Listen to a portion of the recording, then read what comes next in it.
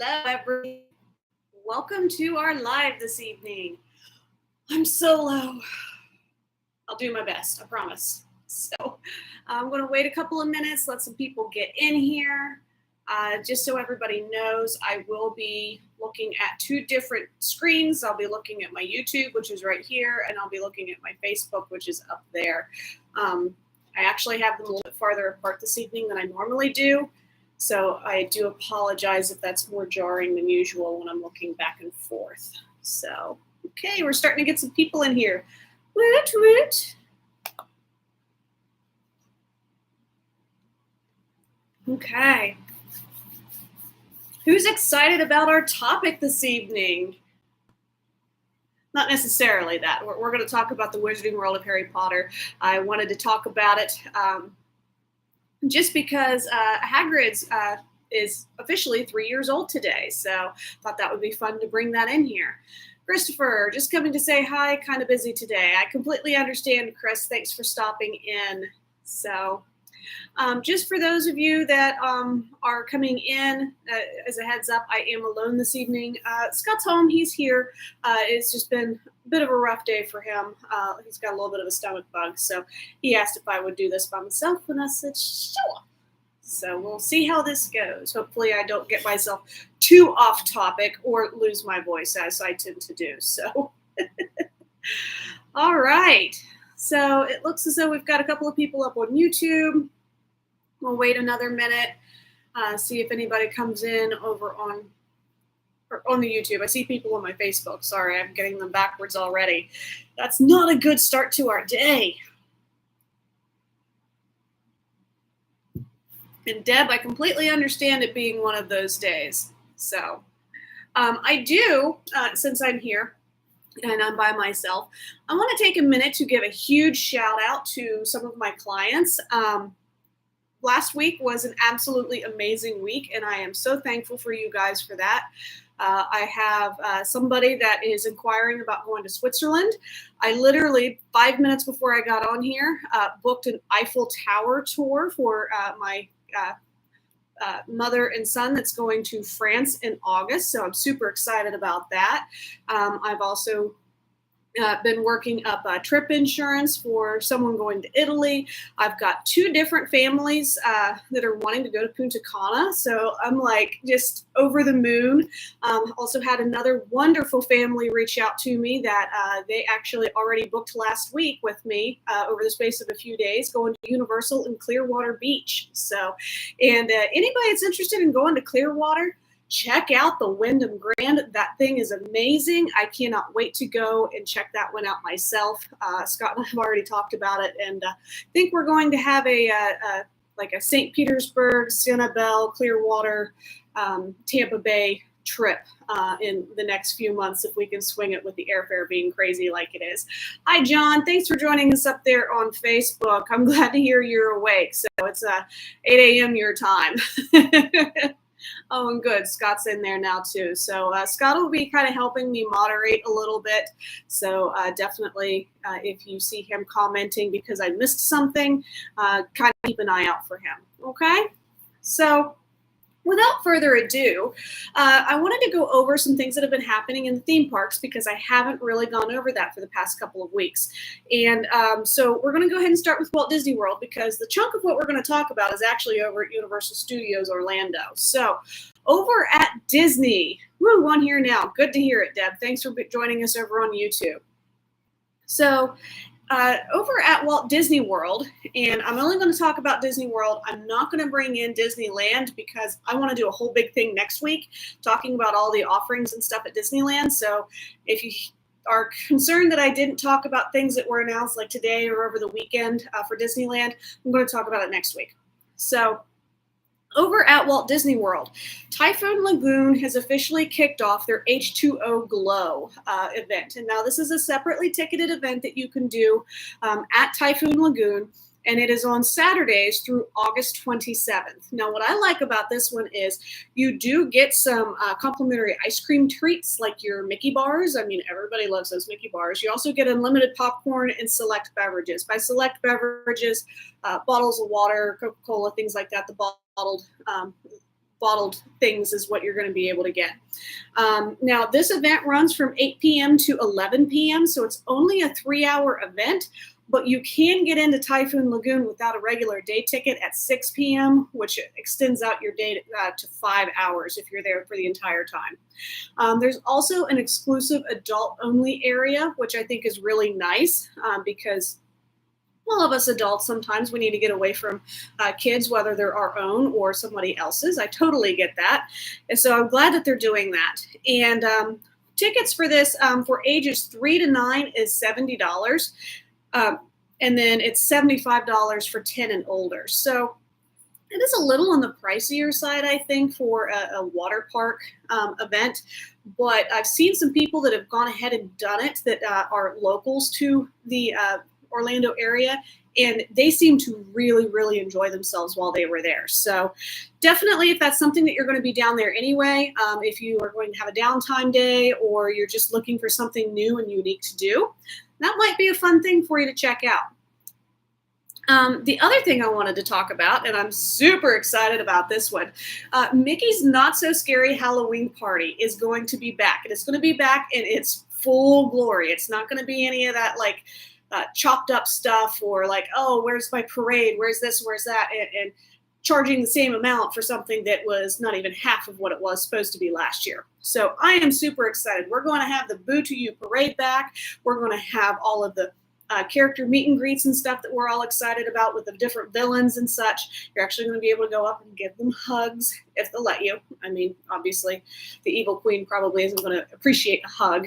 So, but very excited about this. And the other thing I'm really excited about, last year I was on the phone 2 separate days, 10 hours each, to get Halloween party tickets on Halloween for my class that went for the Halloween season last year. This year, they're allowing me to book it online, so I will book it for you because I told myself I'll never call in and do that again. But I can book it for you online, and they have full availability for every single day that they are doing their Halloween parties. So if you are interested, oh, I'm sorry, I forgot to silence my phone. My bad. So if you hear dinging off and on, I do apologize because I'm not going to reach up there and silence it now. But all dates are still available. So if you guys are interested in going to the Mickey's Not So Scary Halloween Party, you can do that on select nights from August 12th through October 31st. And tickets range anywhere for kids from $99 to $199, and then for adults from $109. Actually, let me stop myself, think for a second, and not get so fast. Tickets for kids are from $99 to $189 on Halloween night. Halloween night's always the most expensive night. For kids, or for adults, it's going to be from $109 to $199, depending on which night you choose to go. Obviously, the very first night, which is August 12th, is always a little bit more expensive. Then it drops down. Your weekdays, if you're able to be there on like a Tuesday or Thursday night when they're doing it, is going to be cheaper, obviously, than your weekends. And then the Halloween night, October 31st, which happens to fall on a Monday, I believe. Pretty sure that's what I remember it looking like.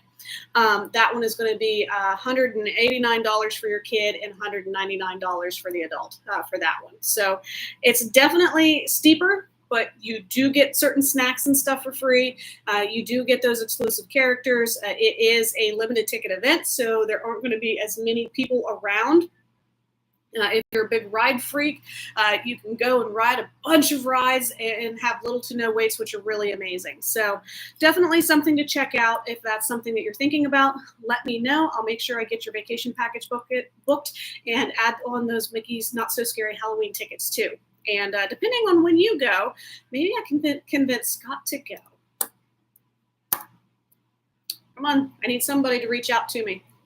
I want to go. All right. Next up on my list, Guardians of the Galaxy. It officially opened on May 27th. So everybody that I have heard talk about this has given it rave reviews. They think it's the most amazing thing ever. There are some people that do get a little bit motion sickness from this. Kind of puts me in the mind of if you get sick on Forbidden Journey, that's behind me. You might get sick on Cosmic Rewind just because the screens and such, but there's a lot of people that say that they actually did really, really well with it. So definitely, if you're worried about that, maybe take some Dramamine and do it anyway. I can guarantee you it's going to be nothing like the orange level on Mission Space. So now, if you are wanting to do it, you have two options as of right now. You can pay for the a la carte lightning lane, and you have to do that right at 7 a.m. and they do sell out very, very quickly. So make sure you have that alarm clock set for a few minutes before. Make sure you're up and you're awake and you're ready to go to get those purchased. If the other option that you can do is you can try to get into the virtual queue. Virtual queue opens up at 7 a.m. and then they do a second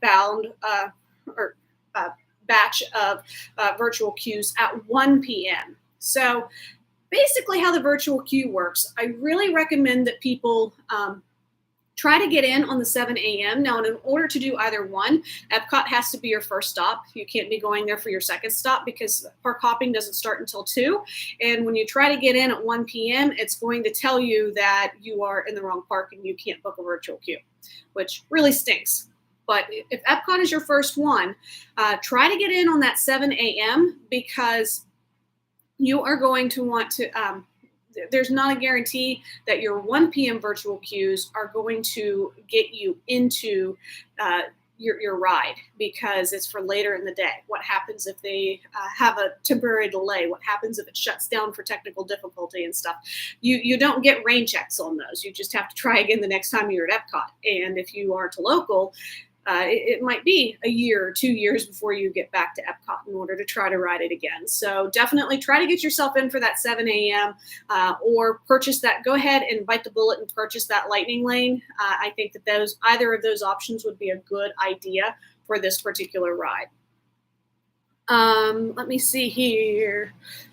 Over in Animal Kingdom, and I'm sorry, I know there's a lot of Disney news, and I apologize for that. I wrote it down. It didn't look like a lot, but there's a lot. I'm super excited. Over at Animal Kingdom, they are debuting on June 13th, Finding Nemo, the Big Blue, and Beyond. I am really excited about this. It's going to have different characters from the Marine Life Institute that are going to be brought into it. So it's kind of more of, it's going to be the same storyline of Marlin and Nemo and Marlin trying to find Nemo, yada, yada. But they're going to bring in new characters. And I think that's a really great thing. They're also shortened it to be a 25-minute show, which is another thing that I think is a great idea because the last show was much longer. And if you've got a short attention span like me, or if you've got kids, maybe they don't want to sit there for that entire time if it's not capturing their attention. So I think this is a great show. I can't wait to check it out when we're down in Florida next, and I hope that my family that's leaving Saturday, I hope that they have a chance to go and see it when they're at Animal Kingdom because I think their little girl's going to really enjoy it.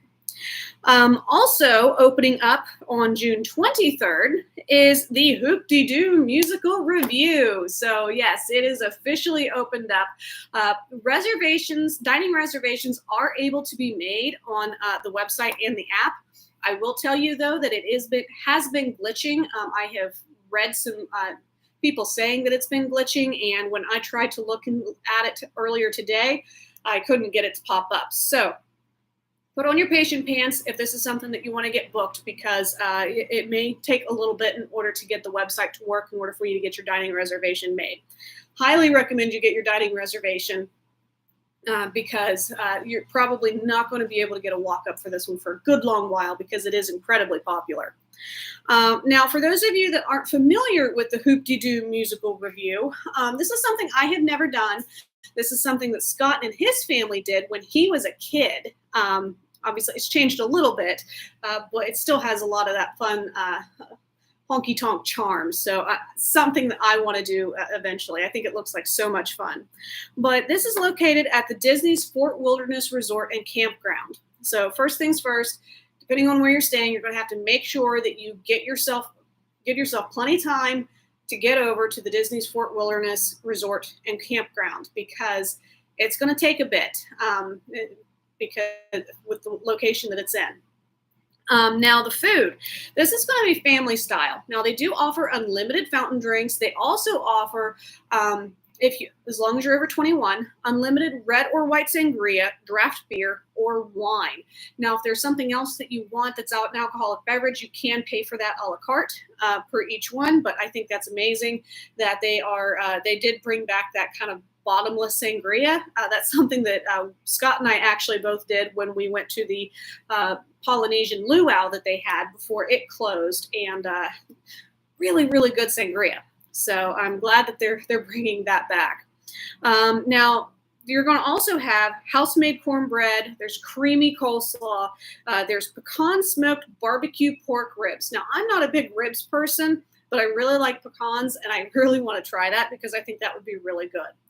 Legendary fried chicken. I mean, how do you not like fried chicken? You've got cornbread crusted mac and cheese. I know that Noah would be totally affronted that they did something to his mac and cheese, but I think that sounds amazing. They also have home-style mashed potatoes, cowboy beans. I'm sorry, all of you ladies with your husbands and all the jokes that they're going to make about getting to have cowboy beans. And then for dessert, they are bringing back the Ma's famous strawberry shortcake, and that thing looks amazing. So if this is something that you guys, your mouth is watering like mine is, definitely let me know, and we'll make sure that we get that reservation booked for you with your Disney reservations that we're working on for you. Okay. Pricing on these, I'm sorry, I completely forgot to tell you guys that. Prices range from $64 to $72 for adults, and then $38 to $43 for kids ages 3 to 9. And so that's really not that bad of pricing, like Disney terms, for family style, all you care to enjoy. I think that's a really good deal. And I know my teenagers, like, they would have no issue eating $72 worth of food. Like Noah, he'd probably eat 4 of those mac and cheeses if they take the cornbread off of the top. So definitely really, really good value for a lot of really good food. Next up, very, very excited about this one. Someplace I've never eaten at before, but this will be like a 25th anniversary dinner or something like that for us, because I don't get fancy that often, and this is a semi-formal or formal dress. Kids would like the hoop-de-doo. Yes, the kids would definitely like the hoop-de-doo. I think that Nick would have an absolute ball. Hopefully he will not be doing what Scott did when he was up there. So hi, Becky, how are you?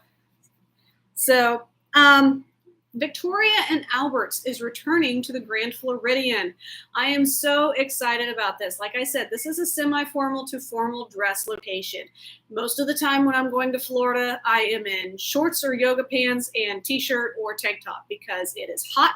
I am miserable, and I want to make sure that I am like as cool as possible. And that's really not the dress code for Victoria and Albert's. So someday, like I said, maybe for like our 25th wedding anniversary or something, Scott and I will come here for a very, very nice meal.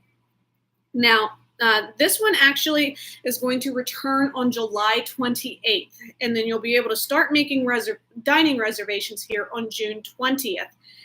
What's really exciting about this particular restaurant, besides it being in the Grand Floridian, is they are a AAA 5-Diamond Award recipient since 2000.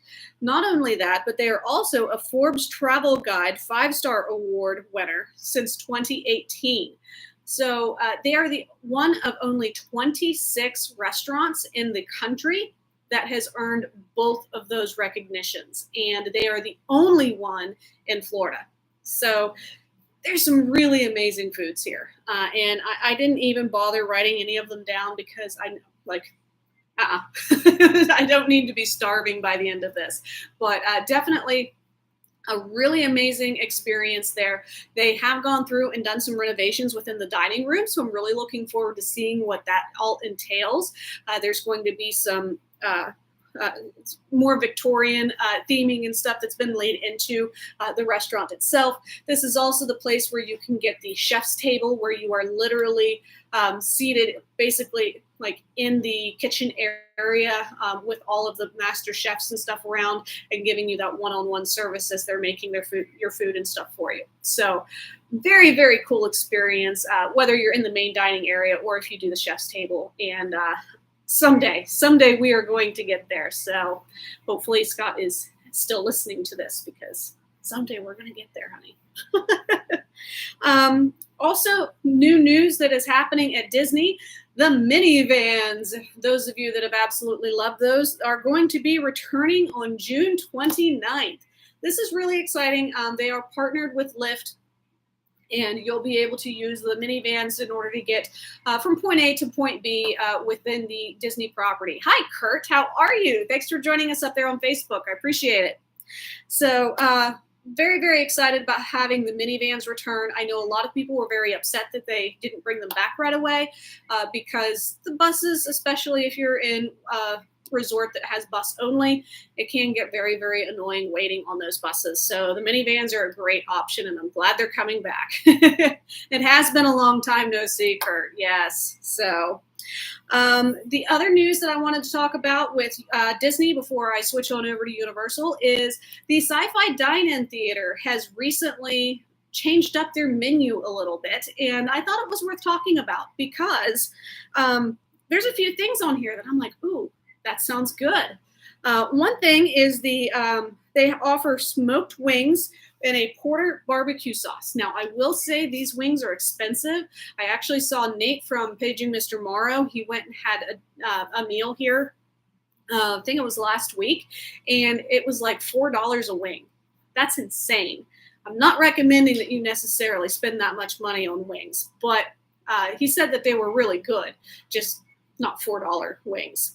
They also have a pineapple poppy seed coleslaw, and this one is just interesting to me. I would just want to try it because, like, pineapple and coleslaw, that's different. Like, I never would think to put pineapple in a coleslaw. And then the other thing, and this would be what would make me buy a burger. For those of you that have been following us for any amount of time, you know I get extremely frustrated with our boys whenever we go somewhere really nice and they order a cheeseburger.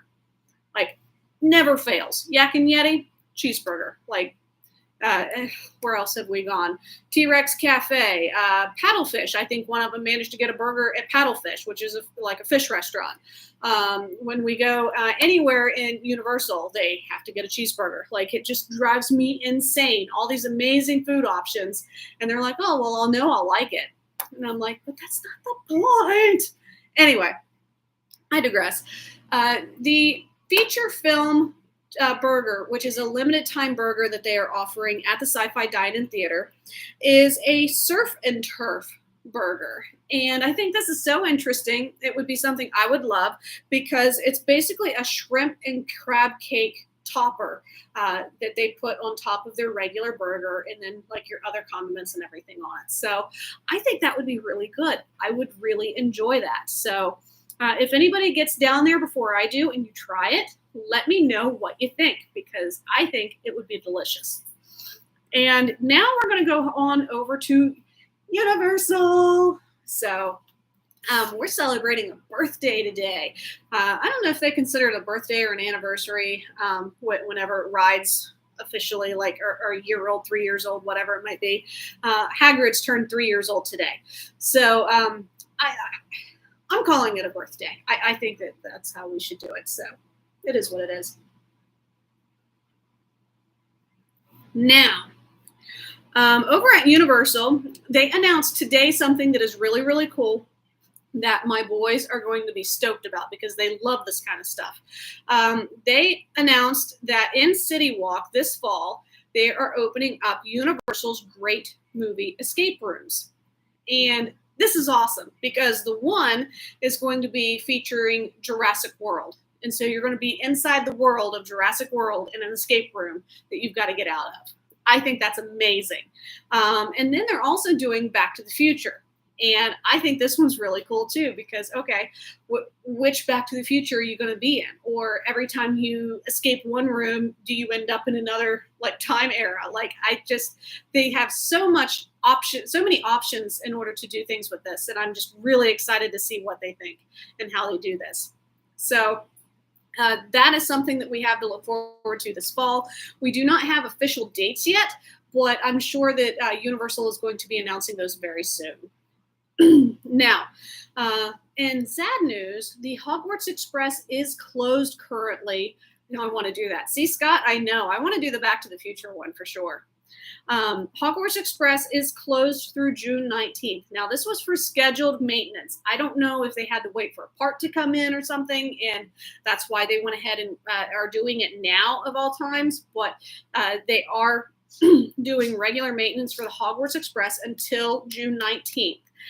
Station tours are also not being offered at this time. Now, that's something that I think is really cool. Whenever Hogwarts Express goes down, like for technical difficulties or if it's generally for scheduled maintenance, they still have team members there that can take you around and do train tours. And basically, they're going to take you around the station and show you Easter eggs and different things. And you'll get, for instance, if you're over in King's Cross, you'll get to go through platform 9 3/4 and just you, and not have to worry about other people crowding you or anything like that. You're going to get those photos or that video of you guys going through platform 9 3/4 alone. And I think that's amazing. So I'm a little sad that they're not doing that right now, but maybe I'm sure there's a reason why. They're probably having to do something within the queues themselves as well during this downtime. So just be patient if you guys are down there between now and the 19th. I know it stinks when there's something like that that's closed, but it's not the team members' faults. So just be nice. Back to the Future Loungefly and wallets have been found in Universal Orlando, and I'm excited about this. I am not the Back to the Future fan that Noah is or Scott is. I enjoy the franchise, but these things are really cool looking. So if you have somebody that is obsessed with Back to the Future, you're definitely going to want to try to get them this Loungefly or the wallet. And I believe that you can find those within the Summer Tribute Store, which recently opened. I think about 2 weeks ago it opened up. And this Summer Tribute Store is an homage to the great movies of the past, which would be E.T., Back to the Future, and Jaws. They also have Kong in the room that has all of the snacks and cake, snacks and drinks and things like that in the very end, that you can get a really cool photo op of Kong, like holding on to you and stuff. So it's very, very cool. Definitely, you want to check that out. E.T.'s probably would be my favorite one, but they modeled it off after the toy closet. And I'm like, we already have one over at E.T.'s Adventure. So I kind of wish they would have done something maybe a little bit different, maybe a little bit more of like the woods or something fun. They had the sky's the limit. They could have done a lot of stuff with that. But Back to the Future is supposed to be absolutely amazing. I know Doc Brown has been in there a few times. Hi, Becky. Thanks for joining us up there on Facebook. I appreciate it. So Doc Brown has been known to hang out within the Back to the Future room of the Tribute Store. He's been getting on to people about not turning up the music too loud because of the amp that he has. So definitely a lot of fun. Jaws is another one I think would be really cool to check out. But I haven't seen too much yet to see just how much theming and stuff they've done inside of it. It's the one I've heard the least about, though. And I don't know. I'm still excited about checking that one out if we can get down there before they do the Halloween Horror Nights Tribute Store. Next up, the Central Park Crepes stand is currently closed. They have construction walls up around it. I don't know if they needed to do something with the building itself or if they needed to do some concrete work, because they have been doing a lot of concrete work just down the way. Piggy. Sorry, Miss Piggy is at my feet trying to keep my feet warm and decided to shake all over me. So hopefully they will have that open soon, because I know that that is an absolute favorite. Scott and the boys have tried them. They said that they're pretty good. I haven't, because they do have certain ones that have cinnamon in them. And Scott said that when they all tasted like theirs and stuff, they could still taste hints of the cinnamon and stuff, because they kind of put the seasoning and stuff right on the griddle and stuff that they use to make the crepes. So I haven't tried anything yet, but rave reviews from Scott and the kids. The other thing, Halloween was announced as the second house for HHN. That is super exciting. We should be having a third one announced probably this week because I'm talking about it tonight. So make sure that you're watching Rick's Flicks and a couple of the other places because they're going to have they'll be talking about it pretty quickly, I'm sure. But Halloween is going to be the second house of 10 of the Halloween Horror Nights houses in Universal Orlando. The first one that they announced was Universal Monsters Legends Collide. I think the Legends Collide is going to kind of be similar to how they did last year's Monster House that had like Jack the Clown and all of the other like headliners and stuff that they've had in the past, and you go through the house, and then at the end there would be like a winner that was on the throne or something, and it was different every time. I wonder if they're not going to do something similar with this Universal Monsters Legends Collide, and sometimes it'll be Dracula that's on top, and other times it'll be Wolfman or whoever it might be. So very excited about that. The Halloween Horror Nights house is actually going to be based off of the 1978 film. I think I have that date right. I didn't write it down, so if I'm wrong, blame my brain and how it's terrible with numbers. But it's going to be off of the original Halloween instead of the one that is going to be coming out in the next couple of months. So I thought that was really interesting and classic slasher, and I think that's going to be a great fit. I think a lot of people are excited about that. And then the last thing I wanted to talk about before I get into the wizarding world of Harry Potter is, ironically, it's about Harry Potter. The 2022 Collector's Edition wands have officially come out. They are absolutely beautiful. They look like they're a nice piece of cherry with a really pretty scroll work. Something that I could see like Hermione or Professor McGonagall using, even though their wands are a little bit different. It's an elegant looking wand. And that collector's edition wand is $75. The other thing that they just brought out is Mrs. Norris, which is a new plush cat toy that you can purchase. And she is $30. Now, they brought out Mrs. Norris. Where the heck is Crookshanks? I want a Crookshanks plush toy animal. Like, I think that would be amazing. I really wish that they had put him into the movies. I understand they probably couldn't because of cat being what they are and very unpredictable. But I really wish they would have brought Crookshanks into that. And I can't wait to see if they bring Crookshanks into the like plushes and stuff like that, because I would love that. Without further ado, let's talk about this. So,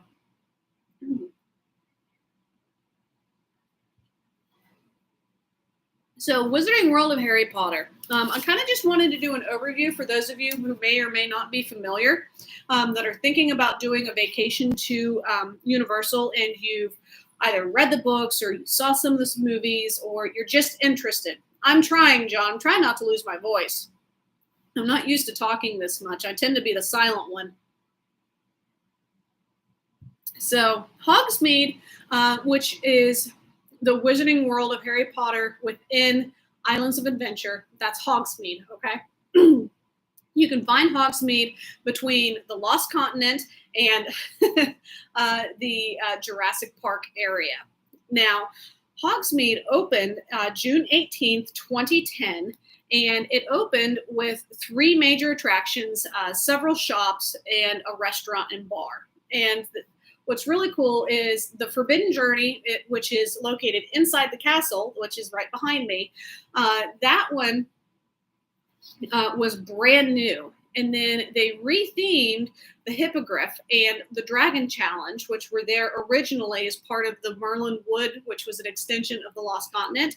They rethemed both of those so that it became the Dragon Challenge and the Flight of the Hippogriff. So what's interesting, the very first time I ever went to Universal, that was 2004, I believe. I had gone with an a cappella group for high school. And I got to ride what became the Flight of the Hippogriff. So I actually rode that one before they had the total retheming and everything. I did not ride the Dragon Challenge because I am a wimp and I was not going to ride that one. So I don't remember much of anything about that from 2004. But then in 2010, I have very few photos of it, unfortunately. I wish I did. But Scott and the boys and I went down to Kissimmee, actually, and we stayed for 10 days. We had our apartment being worked on. I did. We actually had our apartment being worked on. We had to, we were having central air installed, and they completely remodeled our bathroom and our kitchen. That was our landlord's way of giving us kind of a wedding present, as well as updating our old age is setting in. Shut up. In way of giving us a wedding present while still updating her property. So it was really great for us. We were very, very thankful.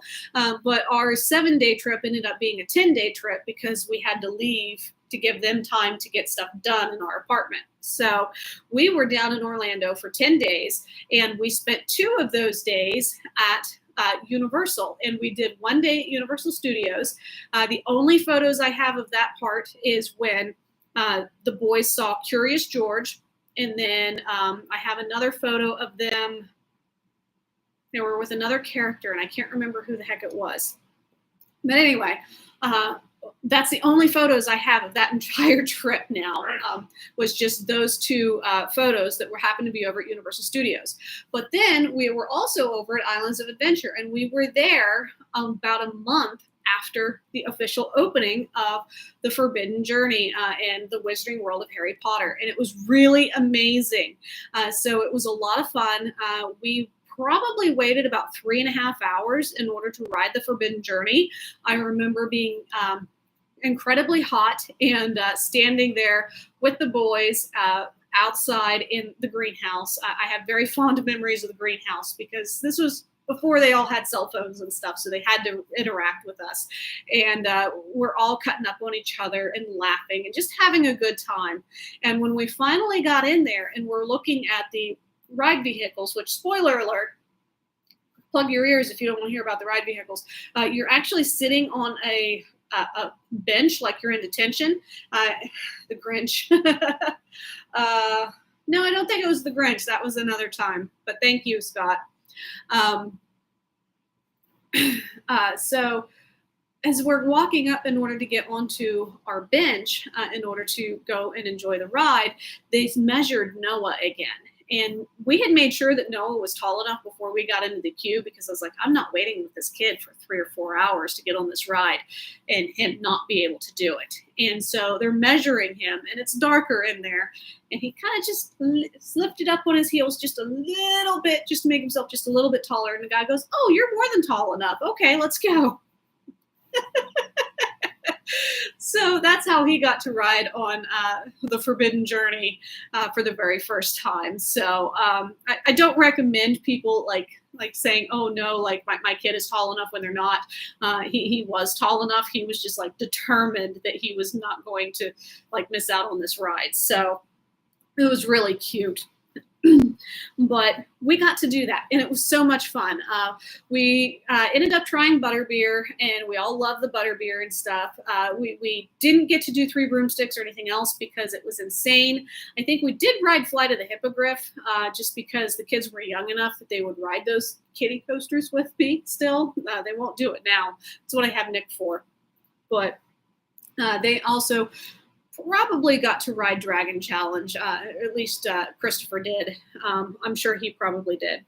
Now, what's interesting about Hogsmeade, and that's basically what I'm going to talk about for the most part tonight, I'm not going to get into Diagon Alley over on the other side, is it really opened up, and it was this really small space, and there wasn't a whole lot to do if you were looking for something like outside of the 3 broomsticks or Hogshead, or you wanted to go into a couple of the shops and stuff. So in 2014, they actually expanded the Hogsmeade area a little bit, and they took out some more area of the Lost Continent and built the Hogwarts Express. And the Hogwarts Express completely revolutionized how they sell their tickets now. You basically can't, like, if you're going to the Wizarding World of Harry, or if you're going to Universal Studios, you're going to have a park-to-park ticket, because you are going to want to ride that Hogwarts Express from one side to the other, even if you're not a Harry Potter fan. So they very rarely sell single-day, single-park tickets now, because everybody wants to do the park-to-park. Brilliant, absolutely brilliant marketing strategy, by the way. I think that's amazing. So like I said, the Hogwarts Express opened in July of 2014. And so what had originally just been the Hogwarts Express train that you could get your photos and stuff in front of, and then that was it, and you walked into another land. Well, now you have a really nice facade where it says this is where the spell limits are. It's really great for photos and such. And just on the other side of that is the train station. And then you walk into the Lost Continent, and you're able to go see the fountain, talking fountain, or go eat at Mythos, etc. So it's really interesting that they've done that, and I'm surprised in a lot of ways that they haven't continued to expand on over. There was actually rumors that they were going to put Diagon Alley where Lost Continent is now, but then they decided to take out Amity and Jaws and put it there instead. And I think that was a better move overall. But some things that you can do within the Hogsmeade Wizarding World of Harry Potter is you can watch the Frog Choir. And Frog Choir, they come out and they sing, and they have their frogs that sing with them and stuff. And it's really interesting. And then they have the Tri-Wizard Rally and Tri-Wizard Spirit Rally. I apologize. And this one is cool. I really like this one. You have the Bobatons and you have the Durmstrangs that come out along with the Hogwarts students. And the Durmstrangs are really cool. They've got like their dance moves and everything are really just masculine. They use their staffs and stuff. It's a little bit of like fighting as well as like dance moves and things. So they're entertaining. They keep your attention. And then you have the Bobatons, which are very feminine, and they've got like ballet style moves and things like that. And they twirl their ribbons and stuff along with. So there's a lot. It's really interesting to watch the differences between the two of them. And it's well worth taking a few minutes and watching it, as long as it's not at noon or 1 o'clock and the sun is beating directly down on top of you, because there's not a lot of shade. But I really enjoy that one. Now, they also do nighttime spectaculars. Got to go supper time. All right, Mike, it's good talking to you. Thank you for joining us over there on YouTube. Now, the nighttime lights at Hogwarts Castle, they do a couple of different nighttime light shows. We have been fortunate enough to be able to see the Death Eater show that they do around the Halloween season. We also got to see the Christmas time show, but we haven't seen like the standard show that they do whenever they're not doing the other ones. And I'm really excited about being able to see that one eventually. We'll just have to get down there again, so which we will. Personally, my favorite was probably the one with the Death Eaters. Scott's favorite was actually the Christmas one, so it's interesting. I think that's a lot of fun that we both have different ones, but we'll gladly go and watch any of them because it's really amazing. They do this amazing projection mapping on the towers and on the side of the like right where the rocks and stuff are, and you can really see stuff on it really well. They've done a very good job of that projection mapping on there. Now, if you've been in the Wizarding World of Harry Potter and you've ridden a few rides, say you've ridden Forbidden Journey and you didn't get sick, because it is a screen ride, sometimes it does make you sick. You've gone on Flight of the Hippogriff, and you've been on the now Hagrids, which I'm going to get into in a minute. You are going to want to have something to eat. And the Three Broomsticks is absolutely amazing. We had such a good time when we were there last. Now, my personal favorite there is the fish and chips. I think that they do a great job with that. I will get that every time because that's what I enjoy. They also do a really good rotisserie chicken. They do pork ribs and other things as well. So definitely check out what they have available. And it's worth going in. It is a quick service.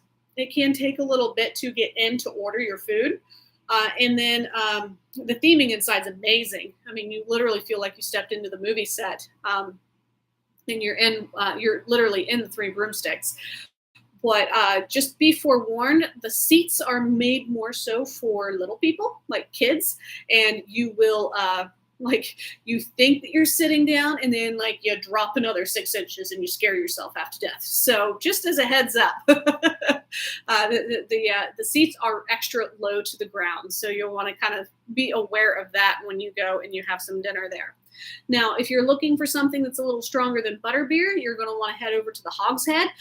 They've got a couple of different drafts that are very specific to the Wizarding World of Harry Potter. You can't get them anywhere else. Scott says they're very good. I don't tend to drink beer too much, especially when we're on vacation, so I kind of let him be the judge of that. Have to go back to Bangkok today. We'll show our next place. Oh, that sounds great, John. I'm looking forward to hearing about it. So safe travels, John. So definitely very, very, very good alcoholic beverages that you could choose. Or you can also get your butterbeer there. And that is actually a fun insider tip. If you are looking to get a butterbeer and the butterbeer carts that are outside have long lines, check and see if the Hogshead has a line or not, because they can also serve you butterbeer, whether it's hot, cold, or frozen. And you can get in there and get it with little to no wait. So check that out if you're looking to get a butterbeer. Other things that you can do within the Wizarding World of Harry Potter, you can go to Ollivander's. I thought that was always a little interesting because Ollivander's doesn't have a shop in Hogsmeade, according to the books, or the movies. I don't think they're in the movies either, but they have it here. And probably because it was the original and they wanted to make sure that they had the Ollivander 1 experience. So you do have that option here. You can also go to Honeyduke's. Dervish and Bangs is another option. The Owl Post. The Owl Post is amazing because you can actually get some letters and you can post them from the Owl Post, and they will have the stamp that they're from Hogsmeade when you get it sent back to you. So some fun tip, go ahead and have a couple of postcards and purchase them there and send them home to yourself so that you have the postage and stuff from Hogsmeade. I think that's really cool, and I've done that before. The other place that you can go is Somebody Say Beer. I know, I'm sorry. Filch's Emporium and Confiscated Goods. Now, this is going to be the gift shop as you are leaving the Forbidden Journey. And this is one of my favorite gift shops, actually, in all of Islands of Adventure and Universal Studios. They recently expanded it, so it's a lot easier to actually shop. It was like really tight and confined before, but they took out the lockers that you would need to use for Forbidden Journey and put them actually outside and around the corner. And now it's much more opened up, and you can go in, you can really shop the different things that they have in there. And they generally have some really cool stuff. I always get stuck spending way too much time looking at the Christmas ornaments, and also I'm a Ravenclaw and Em's a Ravenclaw, so I'm always looking and like, I wonder if Emily needs that. Like, maybe, I don't know. So it's easier to buy a fellow Ravenclaw something instead of buying it for myself, or I say that I'm buying it for her, but then I keep it. So that's what probably really happens. So sorry, she knows my secret now. But Hagrid's, and I have to look down because I can never say the silly name for this motorcycle ride. Hagrid's Magical Creatures Motorbike Adventure. Who the heck thought that was going to be a good name for this thing? Bear with me. I do have a train coming through.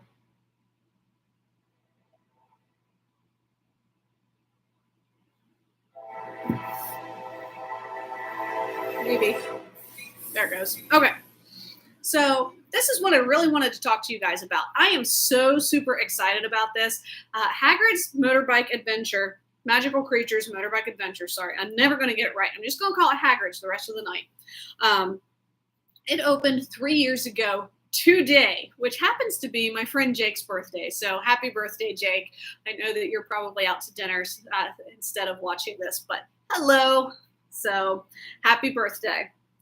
Now, This is probably the most popular roller coaster that is on property at Universal, and that is including the Velocicoaster, which opened last year and has been open for just over a year.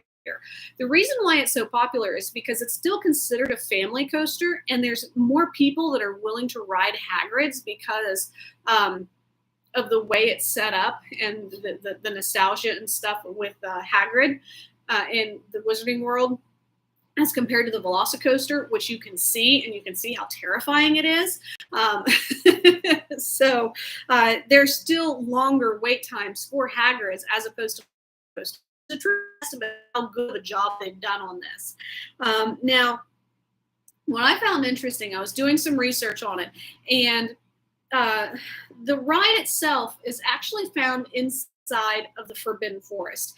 And what I thought was interesting about this, I kind of knew that it was in the Forbidden Forest, but it didn't process until I was looking at it. And it's really cool because when you go into the queue, you're officially you will see Hagrid's hut. And spoiler alert, it kind of annoys me because there's two huts. There's Hagrid's hut that's over at the Flight of the Hippogriff, and then there's another one that's in the queue over at Hagrid's Motorbike Adventure. And it drives me nuts because it's an incontinuity. Like, they should have just one of them. But again, I guess it's movie sets because we're in the movies and not necessarily in the place itself. So it's just one of my pet peeves. But I digress. Let me get back to what I'm talking about. But literally, you start to walk into these ruins, and these ruins are within the Forbidden Forest. And then you're going, once you get onto the motorbike, that's where you are really riding into the forest and different things. So I thought that was really cool. Another thing I didn't realize, and I do apologize for my grandfather clock going off, the chimes are not right, so don't count them, okay? Because you're not going to hear 9. This one has the most launches of any roller coaster in the world. It has 7. Now, I didn't realize that this one had the most launches of any of them in the world. I thought that it had some really cool ones and stuff, and maybe it was more than the Disney ones or something, but I didn't know that it had more launches than any of the others in the world. It also goes up to 50 miles per hour, and when you are on the bike or in the sidecar, either one, you really feel like you're booking it. And it feels like it's a lot faster than 50 miles an hour. And I used to ride motorcycles when I was younger. So they were dirt bikes, and I was very rarely out on the road hitting 50 miles an hour. But you feel like you're going so much faster than that. Now, this is also the first coaster in the United States that's, spoiler alert for those of you, cover your ears. It is the first one in the U.S. to feature a free fall vertical drop, which is nearly 17 feet. That thing is terrifying. You are found within the Devil's Snare, and you are waiting, and you're oh my gosh, what is happening? I'm going to have that other train come down on top of me. What is going on? And then poof, you drop. And it's only 17 feet. 17 feet really isn't that big of a drop, but you feel like you are ooh. I'm getting anxiety just thinking about it.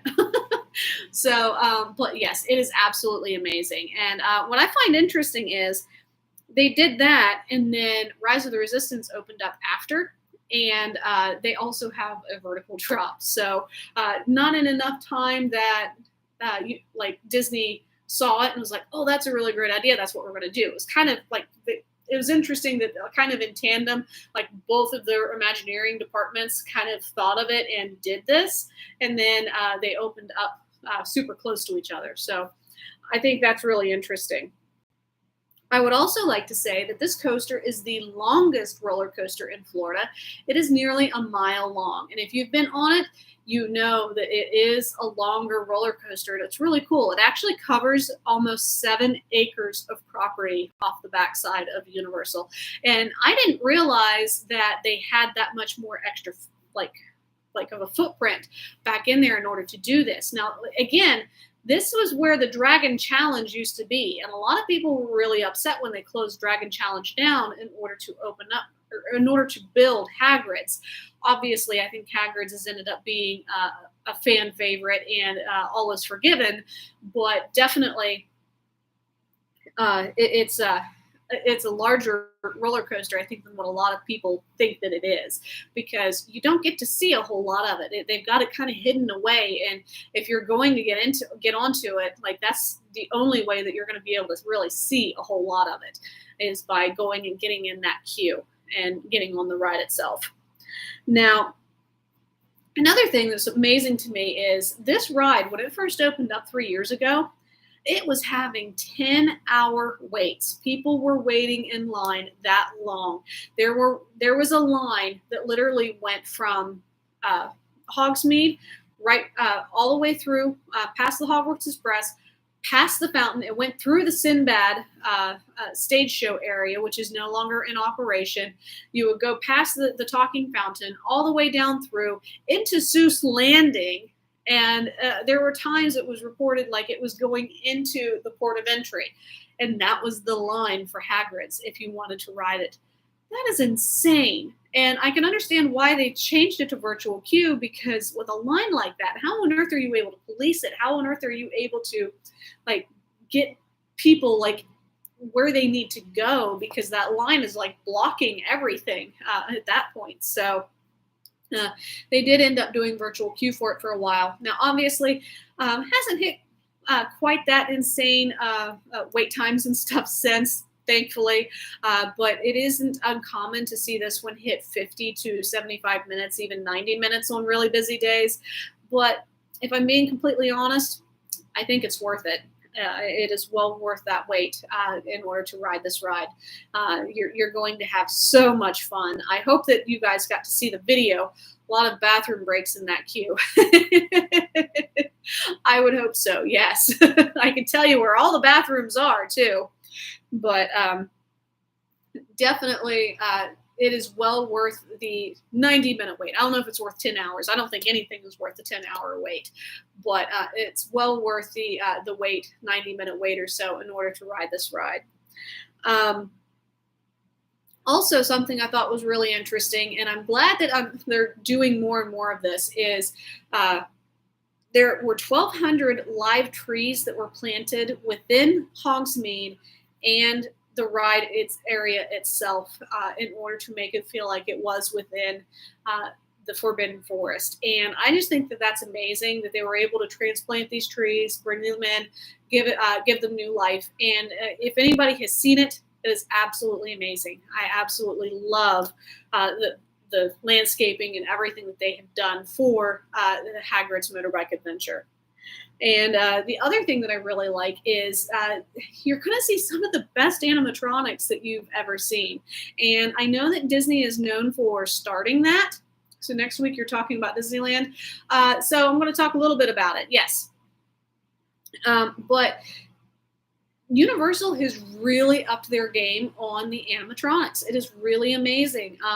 The Hagrid's animatronic that they have, it literally looks like Robbie Coltrane as Hagrid, and he is at the 7'6" or 7'6" tall, I think is what it was, that he was for the movies. So he was literally like you're looking at Hagrid. You also get to see a blast-ended Scroot, which is everything that my imagination thought it was going to be, because it was not featured in the movies; it was only in the books. You get to see him. You get to see unicorns, a few other animals that I'm not going to get into, but definitely so much fun. And I absolutely love it. And I am so glad that it's celebrating 3 years. So, all right, I am officially at an hour. I have run out of time. Definitely going to be here next week at 8 p.m. Monday night on Facebook and on YouTube. So definitely make sure that you check us out again next week. I will be posting reminders on our Instagram and Facebook pages next Monday so that you guys don't forget about us. And I'm going to be going over Disneyland a little bit. I definitely want to talk about all of the different things that's happening over at Disneyland, what holiday offerings they're planning on doing, and so on and so forth. And I'm going to have something else a little bit interesting for you as well. So definitely make sure that you keep checking in. I'm going to be giving some spoilers away next Monday as to what we're going to be talking about. So with all of that being said, thank you so much for joining me this evening. I hope that I wasn't too boring and talking for an hour straight. I know, like I said, I normally have my partner in crime with me, and we can feed off of each other a little bit. So hopefully I wasn't dragging too much for you this evening. With all that being said, please make sure that you do like our Facebook page and follow it, as well as our Instagram, so that you can keep up to date with our stories and see what's happening. Also, make sure that you check out our YouTube channel if you haven't done so already. I just uploaded last week our Asbury Woods video, which was a lot of fun. That is a really cool place that's up in Erie County, and definitely well worth the watch to see us going and just having a good time out in nature. It was a lot of fun. I also have my travel day video officially done. That will be coming out at noon on Thursday, so make sure that you are looking for that. You're going to want to hit that bell notification button so that you know when that video officially becomes live. And then I've got a couple more things up my sleeve that I'm hoping that I'm going to be able to get out there within the next couple of days. So definitely keep an eye out for those as well. And with all that being said, are you guys ready for your next Plum Crazy adventure? Because I'm definitely ready to get you there. Bye, guys.